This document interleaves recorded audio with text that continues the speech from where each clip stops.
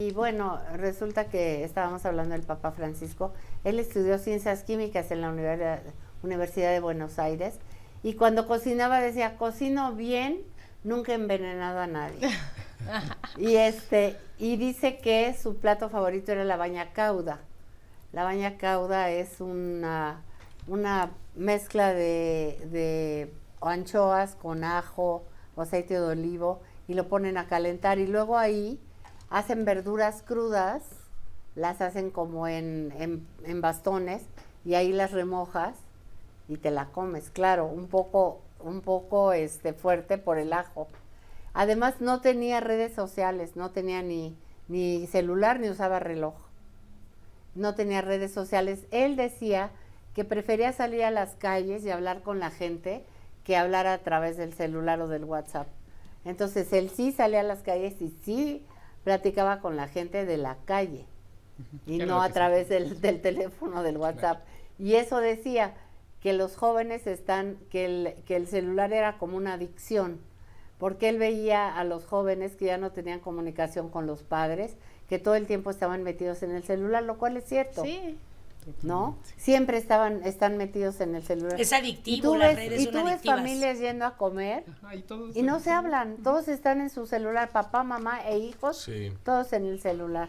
Sí. Entonces, ahora, otra cosa que decía el Papa Francisco es que no perdieras tu sentido del humor.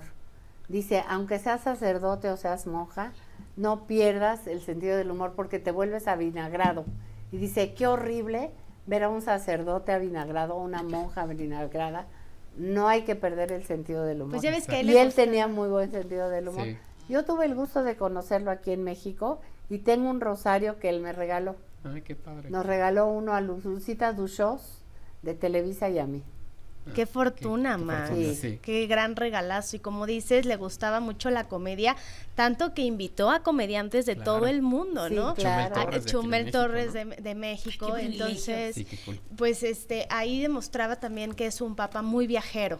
Le gustaba mucho también viajar, más de 60 países. Viajes, ¿no? Al extranjero como pues parte de... Y a los encuentros estos juveniles que son tan importantes para llamar a nuevos católicos a sumarse a la fe.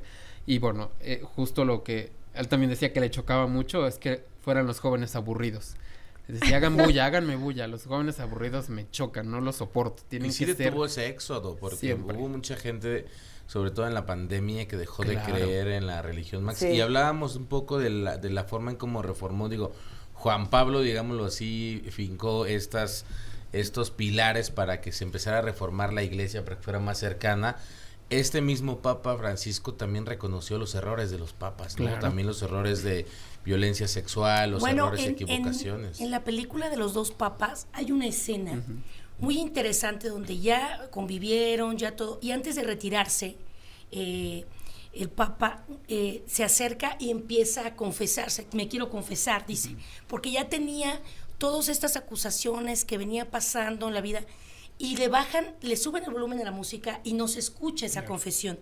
Nos las dan a nosotros a interpretación de qué están hablando. Entonces todos dicen que esa escena supone este tipo de problemas que tenía la iglesia. Sí. Y que fue realmente por lo que renunció el cardenal, el Benedicto XVI, ¿no? Joseph Ratzinger. Una de las grandes aristas para tomar esta decisión de dejar el pontificado fue precisamente todos los escándalos sexuales, todo lo que estaba viviendo el Banco Vaticano en ese momento también en cuanto a acusaciones de lavado de dinero y de muchísimas otras situaciones que permite el Banco Vaticano por digamos, manto de misterio que tienen y de cómo generan las cosas, que también es que decide él dar un paso atrás. Además, Ratzinger era un hombre muy importante en el Vaticano. Durante el tiempo de Juan Pablo él estaba encargado de la doctrina de la fe, que es, digamos, el puesto más importante después del Papa que se puede tener. Entonces, él era un hombre además reacio, un alemán que estuvo también involucrado, su familia dentro del Holocausto, o sea, un hombre bastante muy competente, muy letrado realmente, pero que al final de cuentas supo comprender que por los tiempos modernos no podía seguir con el pontificado. Porque él era más estricto, exacto, ¿no? Porque él era más estricto y buscó justamente a Francisco, que era un hombre más abierto, un hombre al que los jóvenes le respondían, un hombre que siempre estuvo con la gente, por y para la gente. Entonces él comprendió que eso era lo que realmente la iglesia necesitaba y por eso lo llamó al ministerio y por eso le pidió que se olvidara del pasado y que al final de cuentas también abrazara como abrazó la religión. Creo que ha llevado a la iglesia a un puerto, digo, no el mejor, porque al final de cuentas han habido muchos errores durante tantos milenios, pero al final del día sí logró que mucha gente joven, que mucha gente se apasionara, que mucha gente entendiera que el ministerio no es algo que sea nada más por el lujo o por la comodidad, sino acercarse realmente a lo que hizo San Francisco de Asís, que fue regresar a la doctrina, regresar a la oración, regresar a la conexión directa con Dios, no nada más a través de los intermediarios que son humanos como nosotros, que son los sacerdotes, sino a través de la oración, que es algo bien importante. Y además siendo humilde. Exacto, además. Muy pegado a la naturaleza, muy pegado a los animales, igual que San Francisco de Asís. Y miren, estamos viendo una imagen en vivo de la Plaza de San Pedro, son las 7 de la noche allá, y ahí estamos viendo que está ya oscureciendo, y bueno, hay mucha gente ahí parada, pues no sé, esperando o viendo a ver qué pasa.